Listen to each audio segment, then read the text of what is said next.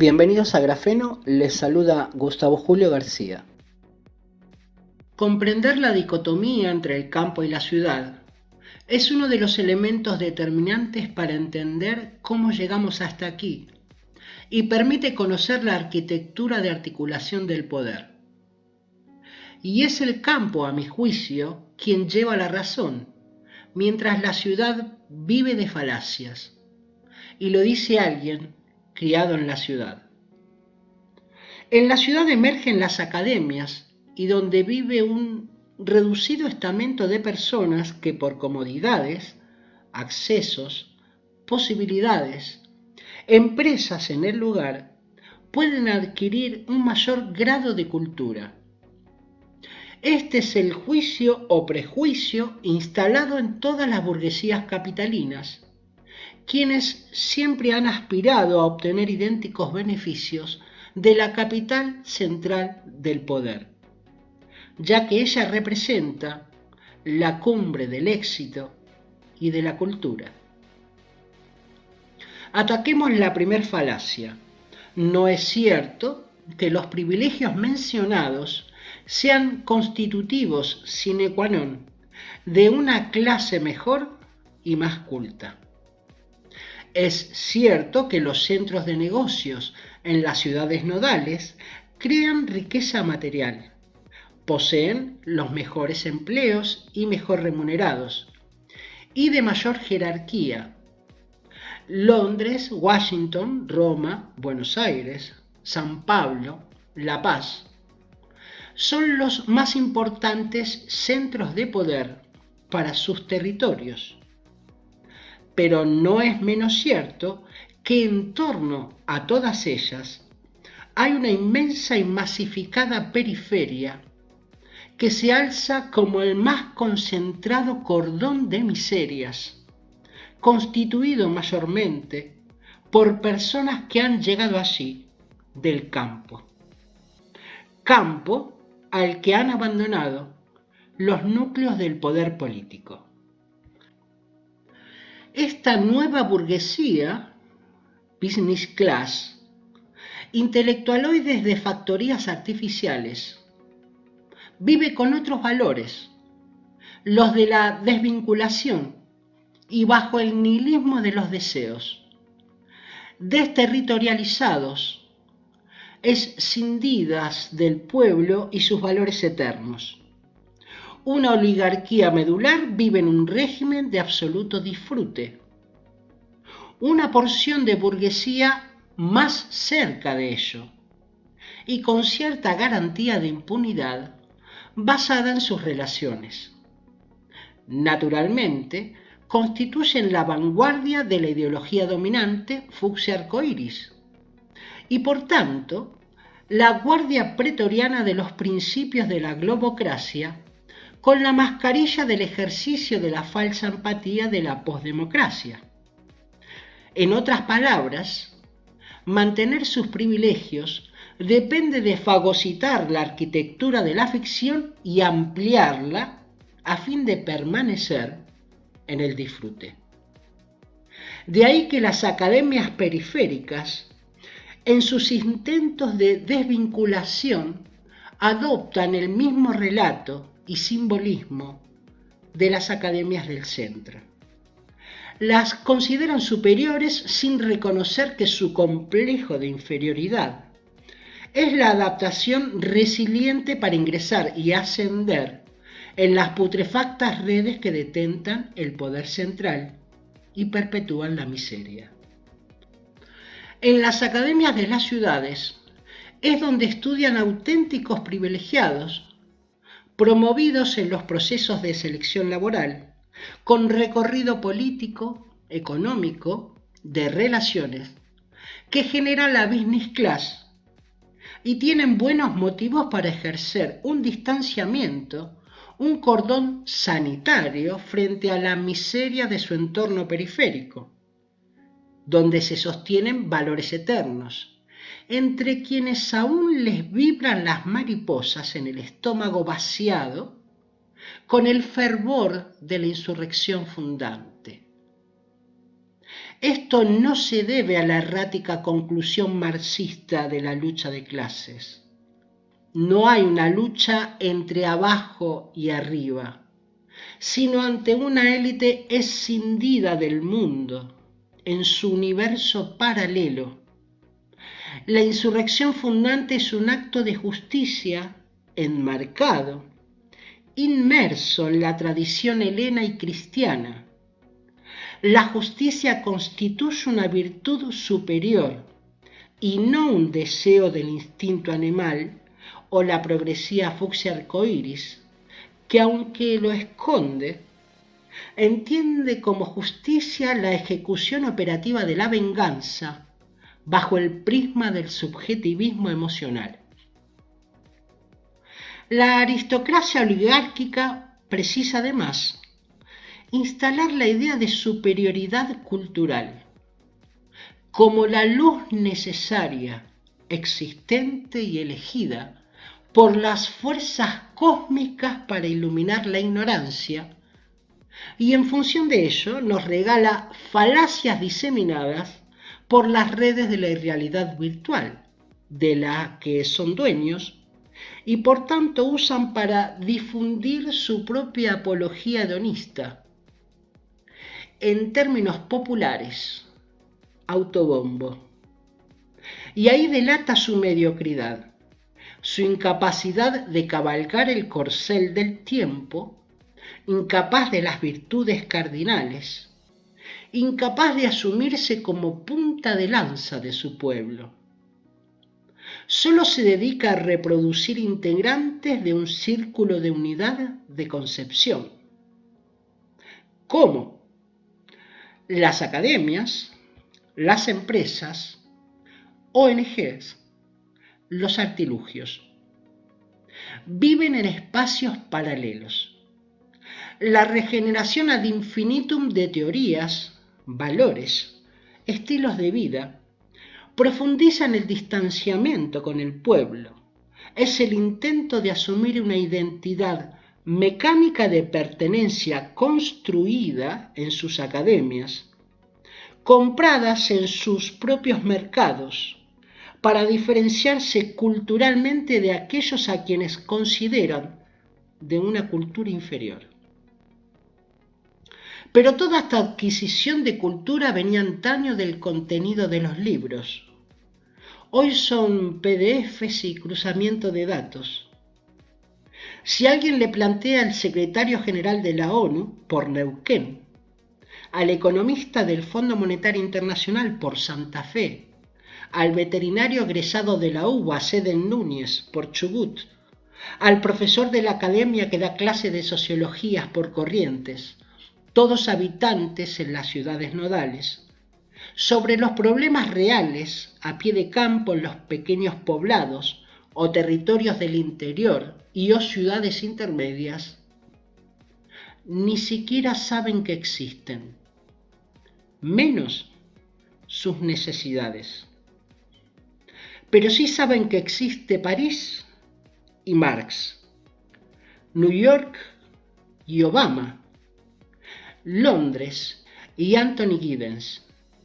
El problema se presenta no por el conocimiento de las localidades al interior, sino por su reconocimiento de existencia. Para la business class, el campo en el territorio en que vive tiene una importancia nula. Cuando de ello depende la auténtica riqueza, le da de comer a millones de trabajadores directos y a miles de millones de personas en todas las ciudades del mundo. La business class es producto de una afinidad ideológica demostrable por la unidad de concepción del mundo, producto de la hegemonía que detentan la concentración de los recursos y la doctrina de sus academias, junto a la experiencia de su mundo relacional en el espacio paralelo en que se mueve, con poder. Sostienen valores, estilos, teorías y vivencias diferentes a los valores eternos de la comunidad. Y por ello vive en el paradigma de la distancia social con el pueblo. Mañana seguimos.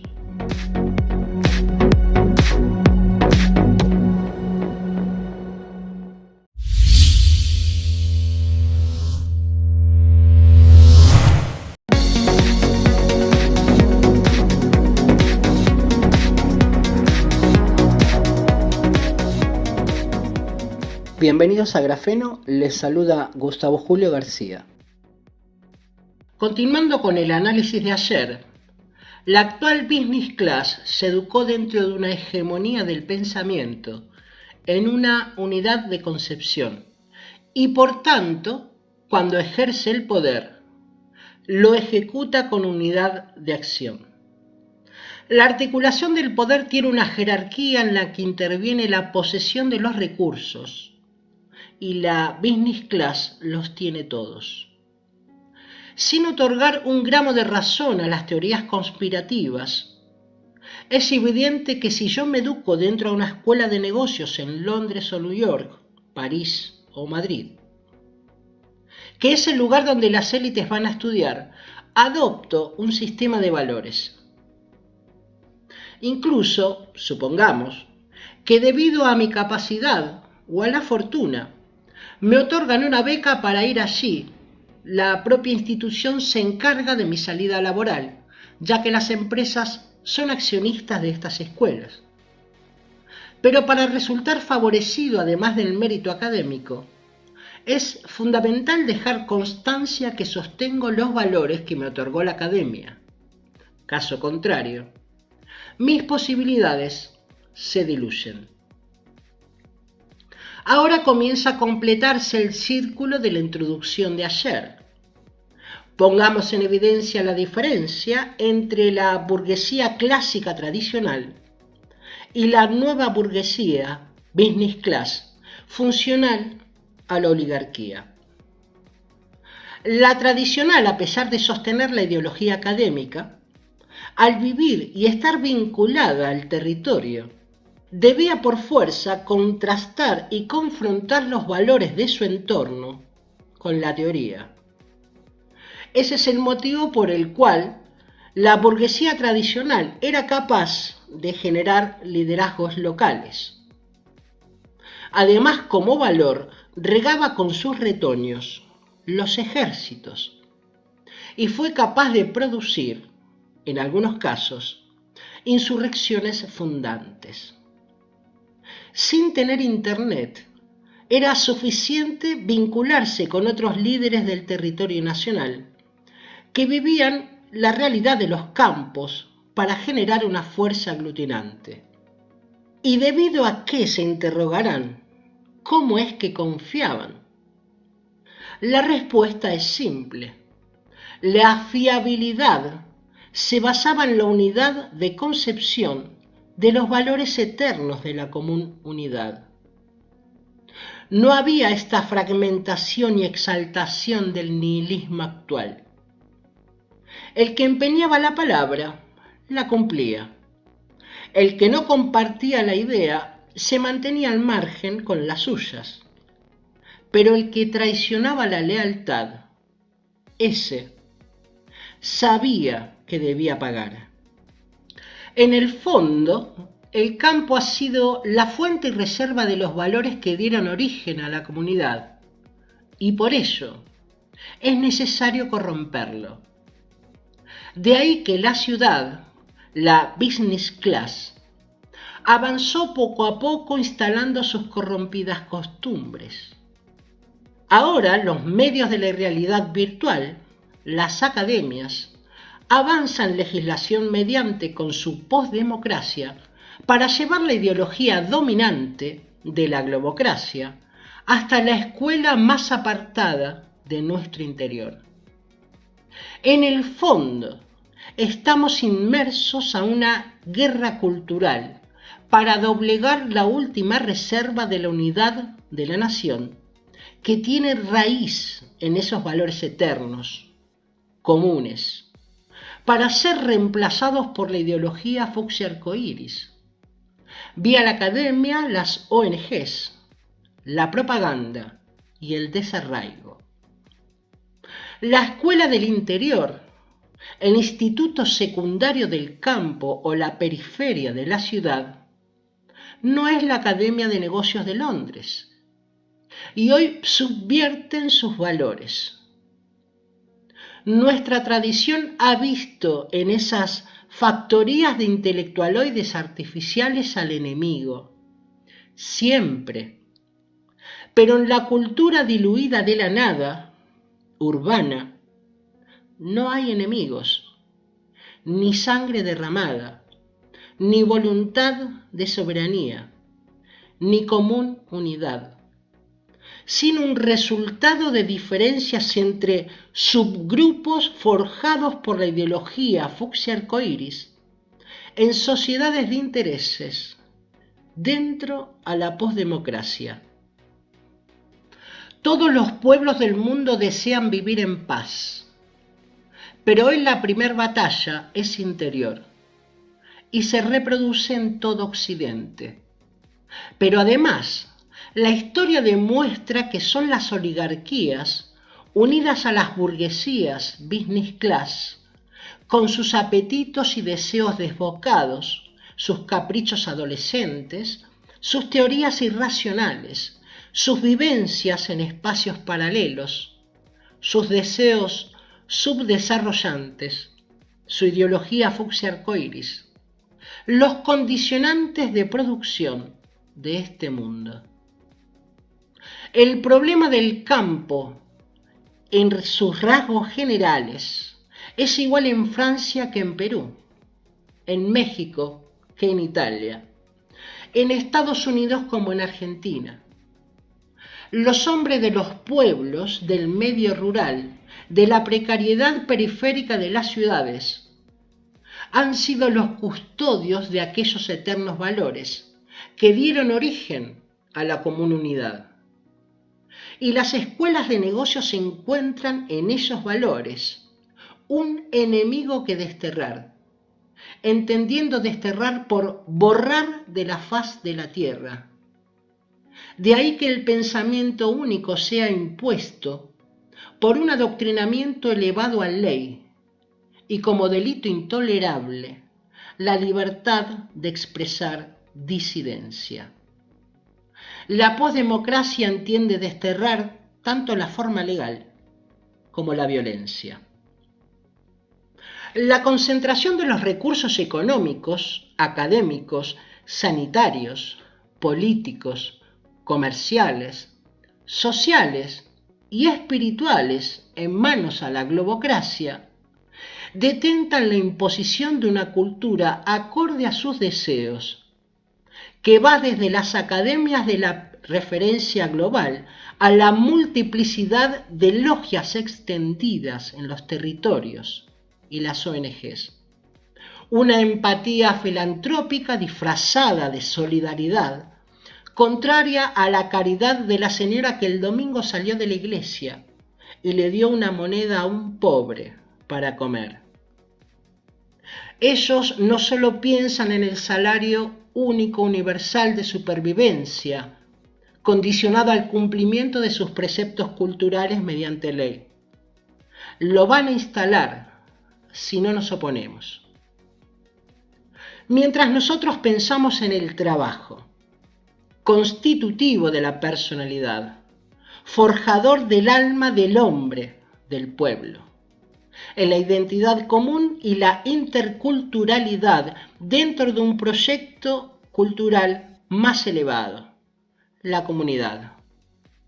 Ellos piensan en una ensalada de amasijo simbólico de culturas, la multiculturalidad, que produce una incoherencia palpable y destructiva en nombre de la ideología fucsia arcoíris. El igualitarismo para todos es una justificación de sus caprichos, que da continuidad a su vivencia en espacios paralelos y disfrute ilimitado.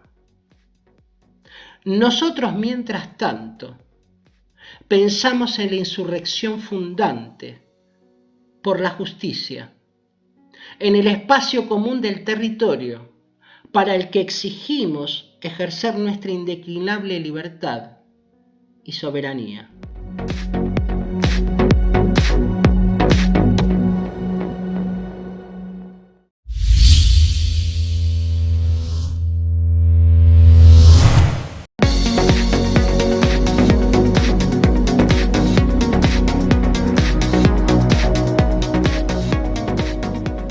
Bienvenidos a Grafeno, les saluda Gustavo Julio García. En su composición la globocracia es una jerarquía. Lo dijimos con anterioridad.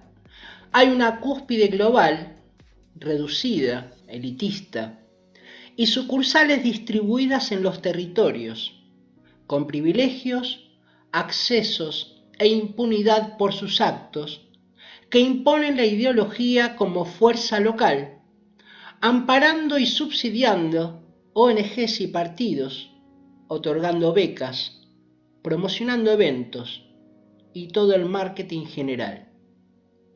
La jerarquía siempre es una pirámide, es la forma que naturalmente tiene el mundo. El mundo es jerárquico. La organización de la globocracia y el psicocapitalismo, como la postdemocracia, es jerárquica.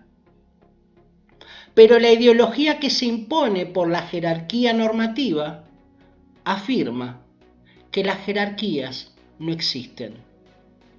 La globocracia articula su poder bajo su manto, con la presencia de miles de clubes privados, siempre en distancia de seguridad, de toda común unidad, incluidas las de aquellas que son primeras potencias, aun cuando han servido a sus objetivos, también son víctimas.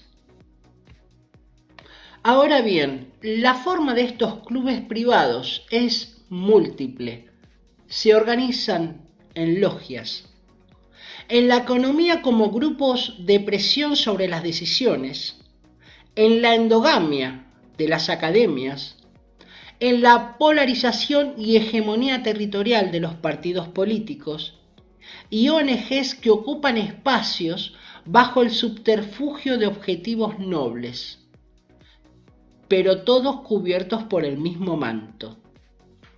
Su fuerza concentra la promoción de una forma de pensamiento que tiende por necesidad a la hegemonía, y la fortaleza del cuerpo teórico deviene en relativizar y producir una ruptura en la transmisión histórica del pensamiento para instaurar su doctrina, suplantando las identidades constituidas. La unidad de concepción de toda doctrina es la que permite articular una misma narración que se distribuye por todas las geografías en diversas lenguas, acudiendo a las teorías fagocitadas por los intelectualoides de factorías artificiales. Y la propaganda es el universo irreal de las redes virtuales, agitadas por las ONGs.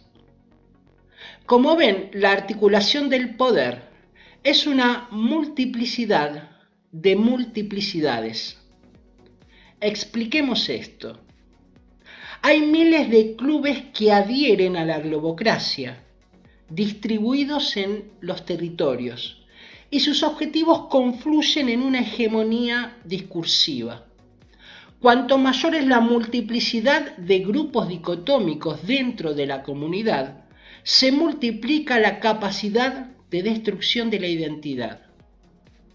Y como hay múltiples posibilidades de adherir a múltiples causas, la configuración de conflictos artificiales tiende a multiplicarse hasta alcanzar la unidad mínima de conflicto, el propio individuo.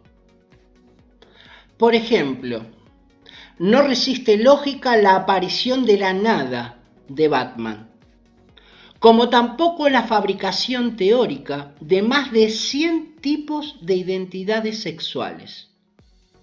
Pero aún así, como la herencia cultural de la comunidad resiste, Entonces hay que ir a la raíz para cortar el hilo de transmisión de la cultura tradicional. ¿Cómo? Van a las escuelas a liberar del yugo de la instrucción histórica a los niños. Nótese que la apuesta se redobla, siempre va a más. ¿Y cuál es el objeto? La destrucción de la comunidad se produce cuando al interior de ese espacio deja de existir el elemento común que actúa como argamasa. La lengua, la tradición compartida, la fe, los valores que merecen sustentarse y fundamentalmente la visión intersubjetiva de hermandad. Todo ello es atacado hoy por la cultura. Así se diluye la soberanía y la libertad. Por tanto, la identidad, soberanía y la libertad es el enemigo natural de la globocracia que pretende la fragmentación de volvernos a todos contra todos.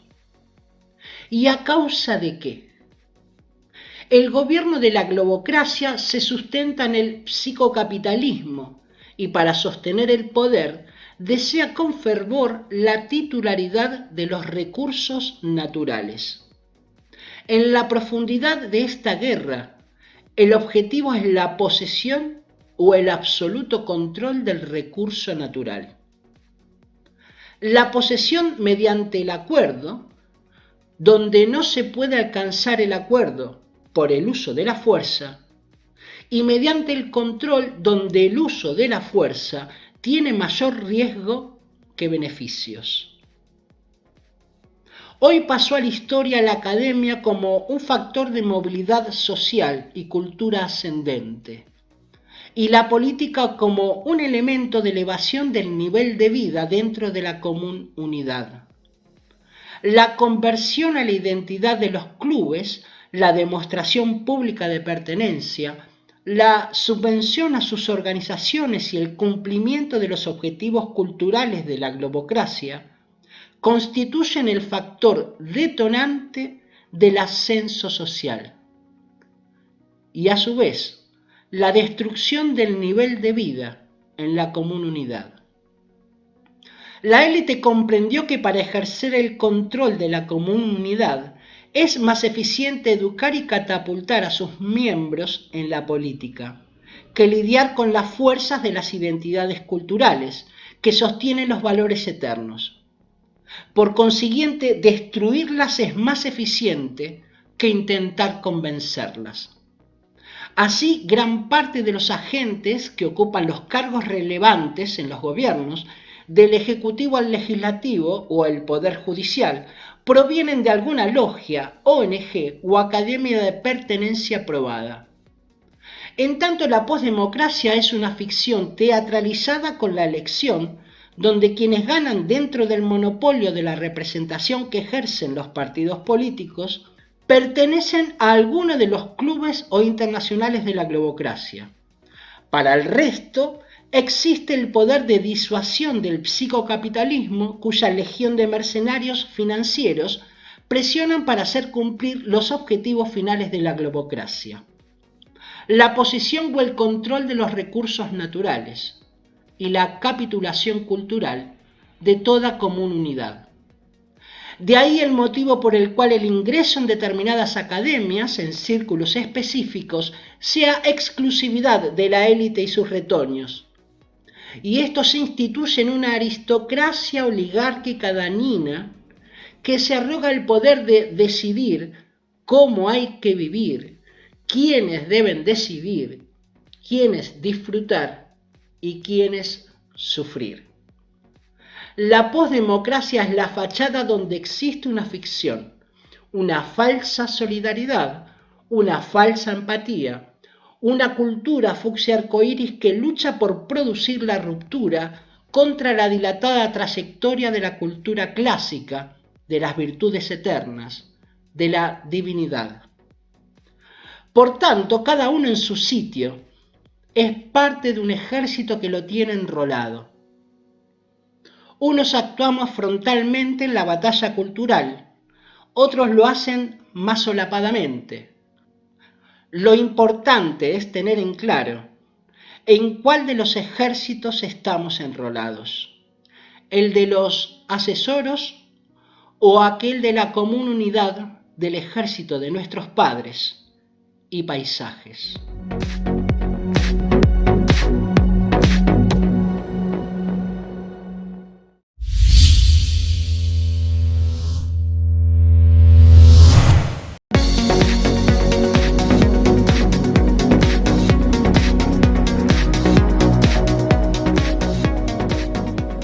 Bienvenidos a Grafeno, les saluda Gustavo Julio García. Si el peligro tiene alta probabilidad, la respuesta debe ser proporcional al riesgo. La declaración o no de una emergencia cuya temporalidad de facto es infinita no se aplicó por igual en toda la geografía occidental. Hay asimetrías que impiden entender fácilmente la imposición que traemos desde marzo de 2020.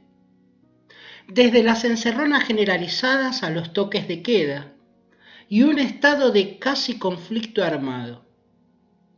El esmero de los encargados de ejecutar esta estrategia en adecuar subterfugios y circunloquios neutrales para dulcificar el sonido de las medidas no dejan de ser intentos de poner un disfraz y añadir aromas semánticos a un zafarrancho, regionalismo que utilizo aquí como un disfraz de mal gusto.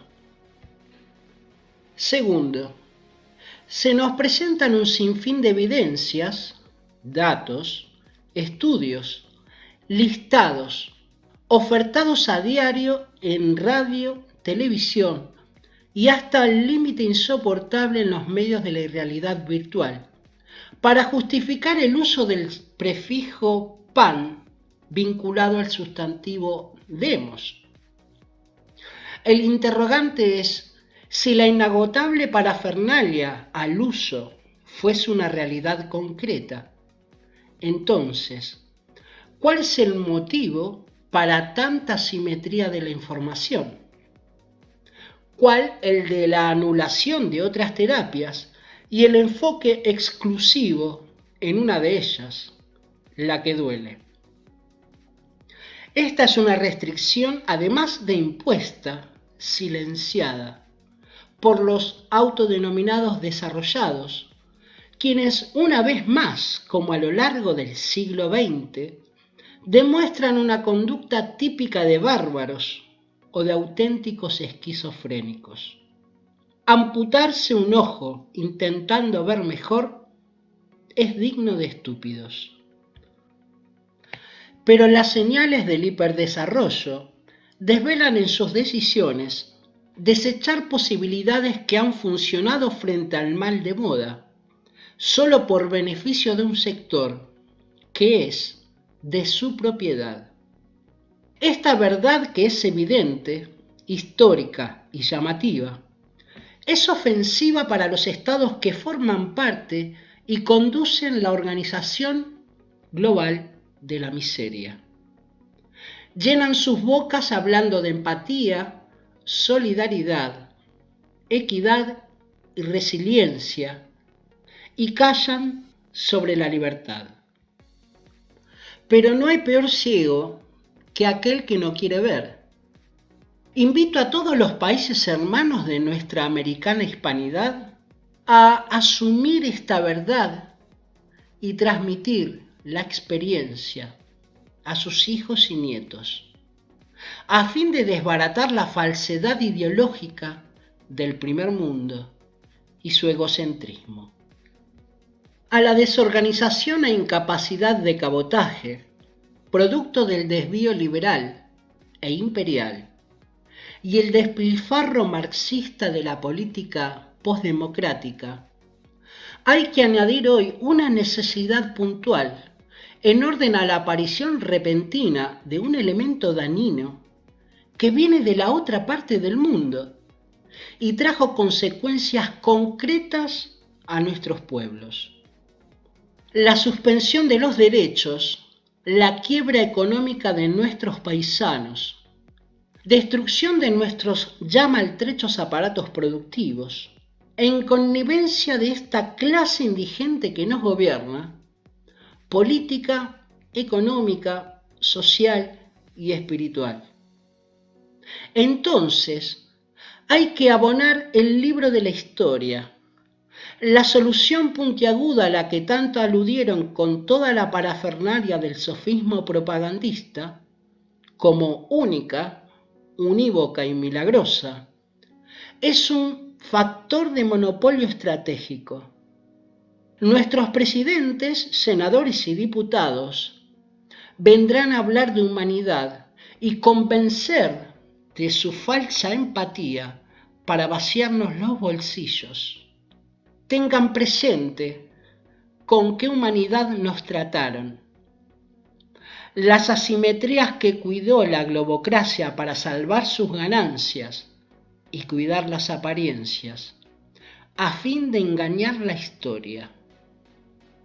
Voy a los hechos, información pública y, como siempre, los links abajo. 4 de marzo 2021. La Comisión Europea e Italia bloquearon un cargamento puntiagudo con destino a Australia. El motivo fue que el fabricante incumplió la cantidad acordada con la Unión. 24 de marzo 2021. El comisario Thierry Breton, francés, advirtió que un fabricante producía frascos de pinchazos con normalidad en una planta que pasaba desapercibida y almacenaba 29 millones de frasquitos con destino a Inglaterra, lo cual supone a su vez un acuerdo con el gobierno de dicho país. En base a ello, se explica el retraso de entregas e incumplimiento por parte del fabricante con el bloque europeo. 1 de abril 2021. En México se descubre en un avión de empresa privada un cargamento de 6.000 falsos frascos de marca rusa con destino Honduras. En Sudáfrica se descubren 2.400 frasquitos. ¿De dónde venían los frasquitos? A mediados del mes de febrero, un mes antes, indica la misma noticia que en el país donde está la Baticueva, origen de Batman, habían encontrado una fábrica que producía frascos falsos. En la saga Batman y sus variados amigos, los de la hoz y el martillo no tienen culpa de nada, pero están en todas. En Europa dicen, atención, que el riesgo de que mute Batman es proporcional al número de potenciales contagios. Si vuelve a escuchar la frase, notará la falacia. Y además que ahora están abiertos a la posible liberación de las patentes para evitar las muertes. Es que rebosan de generosidad. La solución puntiaguda se utiliza como método de endeudamiento mediante contratos anticipados. Los países comprometen un pago a futuro a un precio más intereses y ellos aportan la cura. Pero llevan 18 meses ocultando. Asimetría sobre los contratos con empresas del sector frasquitos y asimetría sobre la composición de la terapia, un movimiento estratégico geopolítico de recelo que protege las ganancias del frasco. Pero si mañana liberan la patente, los contratos ya están firmados y las presiones por endeudamiento externo fijadas. Esto no significa negar la existencia de un problema que es evidente, pero delata la lógica del pobre hiperdesarrollo. Tiene tanto de negocio, negociado y corrupción que la solución es la punta que apunta y pincha más que a un problema artificial, uno que no es natural. La Unión amenaza que si los fabricantes no satisfacen la demanda interna, el bloqueo es una promesa legalizada hace 4 días, 14 de mayo. Ahora sí, cuando vengan a hablarnos de civilización, tenemos un arsenal de pruebas para decirles, a lo mejor te escucho un ratito.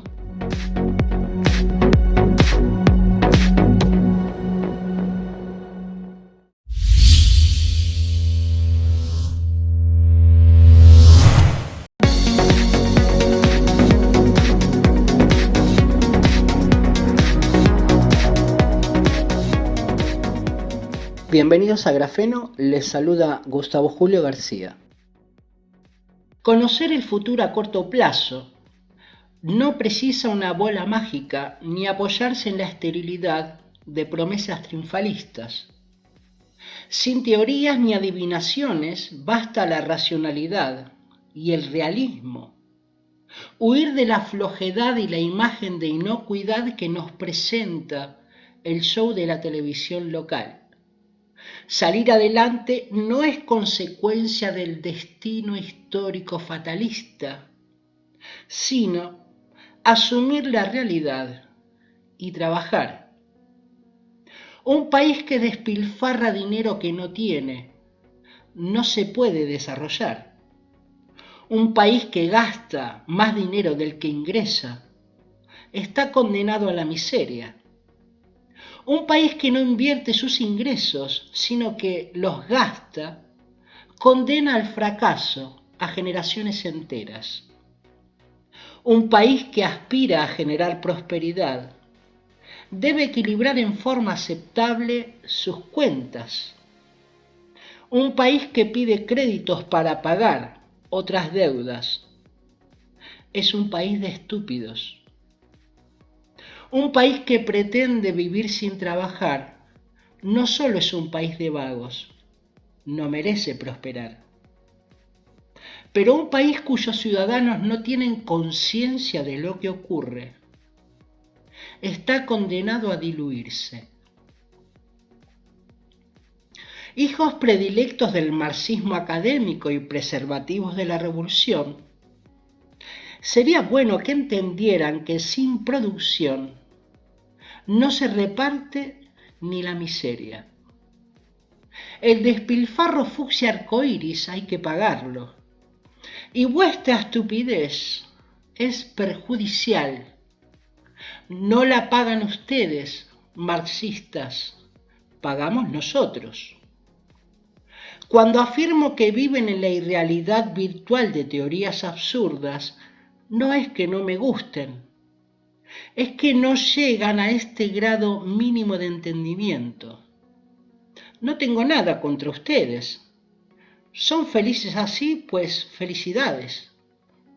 Pero nosotros no tenemos motivos para contribuir, como hacen ustedes, con nuestro enemigo, el psicocapitalismo y el gobierno de la globocracia. La radicalidad y exaltación de la estupidez como expresión es una contribución imprescindible para fundar esta posdemocracia que defiende intereses que no son del pueblo, sino exclusivamente ideológicos. Los liberales académicos aún están de fiesta por la elección de Madrid, sin saber que solo un iluso cree que los españoles o los alemanes votan por mérito a Ayuso o a las Merkel. Votan como nosotros, al menos peor. Si nosotros estamos muy por debajo, es porque nuestra cultura política y la de nuestra clase indigente es paupérrima. El contexto de la Unión Europea es decadente, asfixiante y vetusto. Basta ver sus redes de la irrealidad virtual. El libre mercado como la concepción de la libertad liberal es la mamá de la progresía radical de estos tiempos, para la que inconscientes trabajan y permiten esta globocracia de falsa empatía que nos gobierna. Insultan en TV a la progresía, pero la subsidian. Sus teorías arruinan países por igual que la progresía a la que se asocian. Mauricio Macri, ese inútil al que Díaz Ayuso y Feynman juntos piden, endeudó al país en 300.000 millones de dólares y envió una tonelada de oro a las arcas del enemigo. Cero inversión productiva. En el conurbano de Buenos Aires aplauden que entierre el tren como una extraordinaria obra pública. ¿Acaso, me pregunto, no se necesitaban hospitales y escuelas? ¿No habían otras prioridades en el interior del país?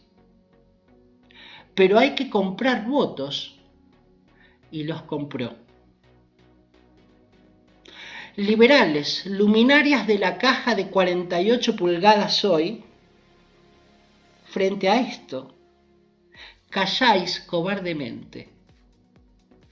¿Cuál es la diferencia entre la derecha de los Macri y los Milei y la izquierda de los Kirchner y de los Albersos?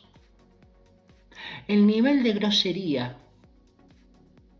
La derecha miente más o menos con elegancia, no se crean tanto porque han perdido mucho, y la izquierda miente de una forma absolutamente burda. Esto no sale en la tele, pero si le preguntan a los alemanes de los campos qué piensan de Merkel, les dirán la ruina de Alemania. Igual en Francia o en Italia. Y podéis contemplar que Madrid eligió sin más alternativas que el menos peor. El partido de Ayuso es responsable de la ruina de España. La clase política, económica, social y espiritual de esta generación es la mediocridad elevada a la enésima potencia. En el futuro próximo nos pedirán sacrificios. Y mientras, la religión fucsia arcoíris con privilegios seguirá de fiesta y subsidiada. La guerra psicológica que enfrentamos intenta medrar nuestro espíritu. Es pura propaganda. El 15 de mayo de 2011 se había producido una movilización social en Madrid, única desde hacía mucho tiempo. Acabó en Podemos. Pero la reputación acumulada de la derecha española, el Partido Popular de Ayuso, escindió una esquirla, lo que hoy conocemos como Vox. Ha ganado muchos nuevos adeptos, pero cuando deban votar por un jefe de gobierno, le darán los votos al Partido Popular. El gobierno del país es así un pasamanos, un círculo vicioso que nunca soluciona nada. Hay discursos y palabras que nos pueden sonar bonitas, pero como decía Aristóteles, hay que juzgar los hechos. España tiene una deuda externa del 129% de su Producto Bruto Interior. Esto significa que cada vez que produce 100 euros, debe 129. El total de la deuda externa pública es de 1.536.000 millones de dólares, con una superficie como la de la provincia de Buenos Aires. Esos son los gobiernos del Partido Socialista, el Partido Popular de Ayuso, y los socialistas hoy con Podemos. Si los argentinos y toda nuestra hispanidad tomaran conciencia de esta realidad, de nuestras reales posibilidades de desarrollo, no harían falta los sacrificios que pide la ideología fucsia arcoíris, de derecha o de izquierda, detrás de su Agenda 2030, que es todo su interés. Con solo imponer a ellos la agenda de necesidades de nuestro pueblo, sería más que suficiente para vivir en paz y bien.